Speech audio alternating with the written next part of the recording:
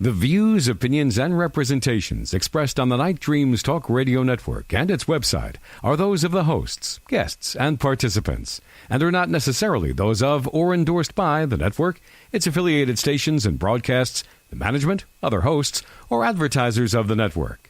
The shows found on the Night Dreams Talk Radio Network can, but do not necessarily, promote any particular lifestyle, belief, religion, political affiliation, or other personal practice.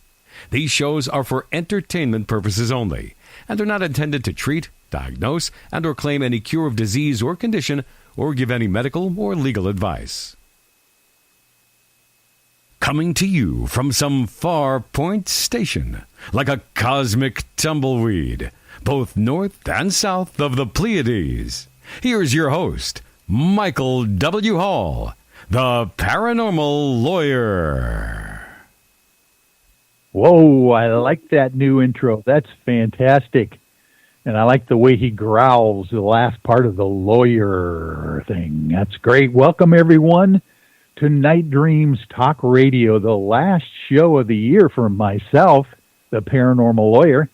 And we are going to have a great kind of extravaganza tonight. We are going to have a 2-hour show, 7 to 9 p.m. Pacific Standard Time, right here at nightdreamstalkradio.com. And what I thought we would do is have our normal sighting reports with Peter Davenport right up front and kind of talk about what's happening currently. And maybe we'll even kind of recap there for 2018. But then we've also got Vince Inzunza on as well. And he is going to give us a little bit of an update of that's going on in Pacific Northward news, through the whole year that we just came through. And then we have a real special kind of a recap show with the UFO I-Team. I've convinced some of the members to come on tonight, and we are going to talk about some of the things that the UFO I-Team has been involved with in 2018. I'm talking Mount Baker and Mount Adams investigations, Quinault Beach UFO Festival, McMinnville UFO Festival, the Project Blue Book, premiere that's coming out, by the way, January 8th. Don't forget, 10 p.m. Pacific Standard Time or Eastern Time, doesn't matter. 10 p.m. on the History Channel is the new Project Blue Book television show. You got to check that out. We had the Caribou Paracon up there in Canada as well. So the UFO I-Team is going to have a fun time tonight, kind of like recapping. But before we get anywhere here, let's do our normal thing and check in with our good buddy, Peter Davenport, and see how the 2018 has been treating him. Peter, are you there? Well, good evening, Michael. I am here, and I think it's appropriate to begin my report by congratulating you and your team for the occasion of your completion of the first year of broadcast. You've done a wonderful job. Well, thank you. Yeah. I mean, I couldn't have done it without you, Peter. I mean, having your reports on there, people, I think, a lot of times tune right in for the beginning of the show because they don't want to miss Peter Davenport's UFO update sighting reports. Well, I'm glad to hear it. It's nice to be appreciated. And do you have any idea how far these reports go? I presume all the way to Europe.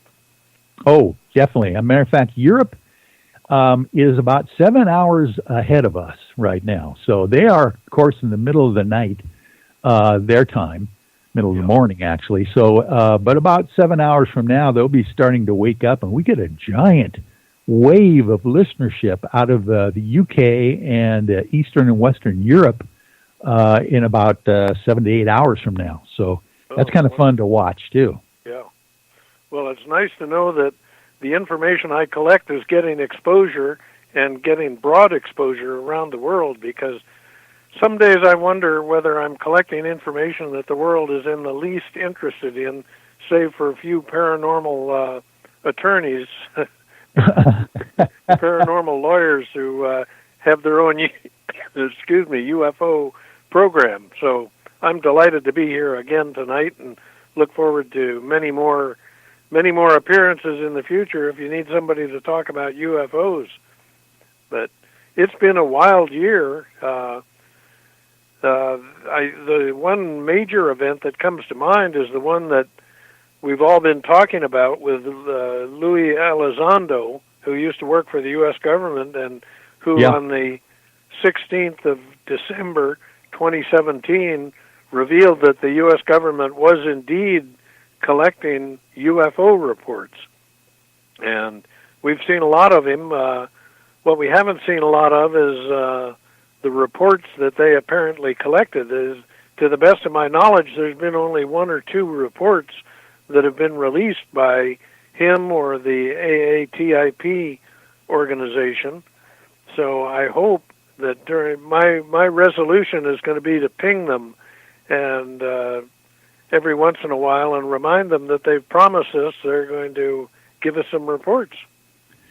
Yeah, exactly. There was, that was kind of interesting because that very first press release and press conference that Luis Elizondo and Tom DeLonge and all those retired government officials made was right here in Seattle in October of not last year, but it was 2016, just before the turn of the year, and they kind of got everybody's hopes up and told some really amazing stories. And of course, then the New York Times article hit, just before the end of the year on 2017, and that was December, where the government actually comes out and then admits the fact that they've been studying these, craft and whatever they are for, at that point it was like a 5-year program at $22 million, a budget. But since then, it's been a little few and far between on some of these follow-up reports. So I'm with you. I can't wait to hear if there's going to be something here maybe shortly after the first of the year. Specifically, I'm waiting to find out what those metamaterials were made of that they're analyzing. Robert Bigelow and his crew out there that were working with the ATIP program is supposed to give us a report on what the heck those things were made of. Yeah. I hope they come out with a report. I'm not familiar with that story, or terribly familiar. I've heard of it, but don't know the details. And my reaction to people who claim make grandiose claims is, let's see the evidence, let's see the proof, let's have the beef. Where is the beef? And, exactly. I guess it's maybe a function of my nature combined with the line of work I'm in, talking to people over the telephone all day, every day, and they promise you reports, but only about 20% of the time that an American tells you he'll write out a detailed written report and submit it, do we ever see it, despite repeated pings. So I'm getting a little frustrated in this line of work. People often ask me, how do you become a UFO investigator? They want to do it, and my recommendation to most of them is, don't waste your time. It's you earn nothing for your effort, and you collect data that nobody wants to read or look at. So that may sound a little bit pessimistic, but that's based on 24 years of experience in this job. So. Oh my gosh! And you have done this year after year. You've seen holidays and old lang synes come and go, and you still are at this, Peter. First of all, before we get any further, I just want to thank you on behalf of everyone else out there who just admires you and just, would not know where to go if we didn't have the National UFO Reporting Center website to go to. And, I love that site because you can actually just plug in your own hometown or your state or, even the date of the year and try to find out if there's something similar that happened in your neck of the woods that matches what other people have seen. It's just a database that's just huge, and I love it. And thank you for all the work that you've done. Well, you're welcome, and I'm flattered by your kind words, Michael, given the source of them.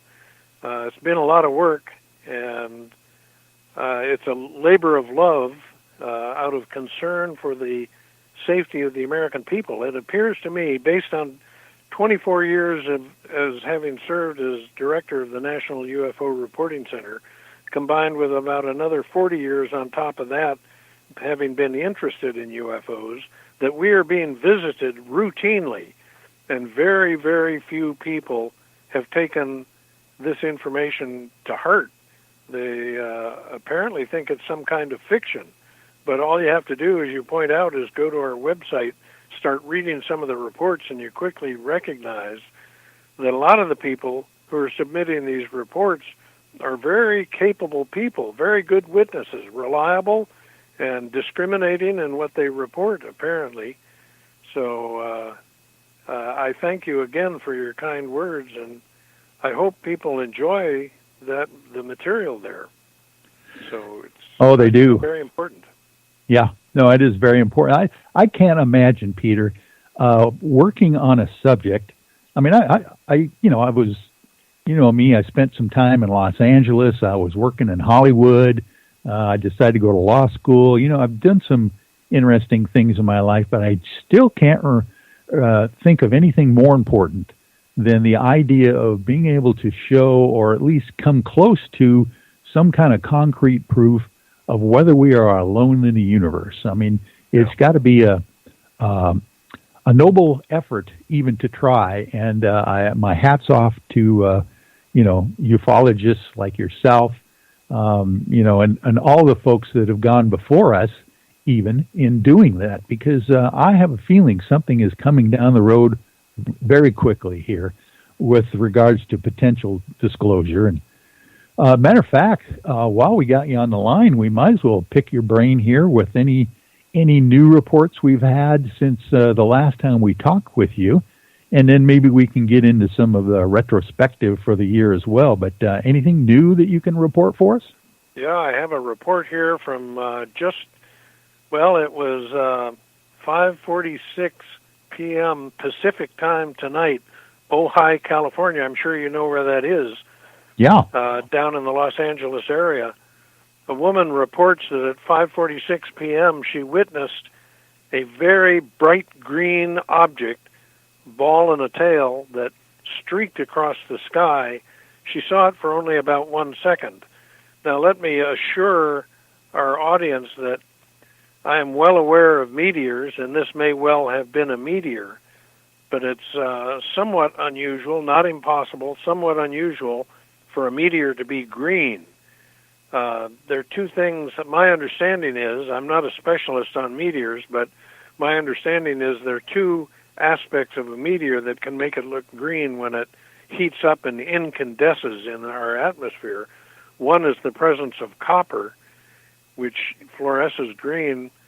The other is when oxygen is superheated to very, very high temperatures, it can give off green photons or green light. So it's a possibility. But that leads me to another report from today, this one from Sanger, Texas, at 12:29 a.m. Central Standard Time. A gentleman writes that he's in Denton County. I think that's just north of Dallas-Fort Worth. He and two other adult witnesses saw an object in the night sky, and while they watched it for an estimated 10 minutes or so, it was a very bright red object hovering in the morning sky. Again, 29 minutes after midnight local time there in Texas.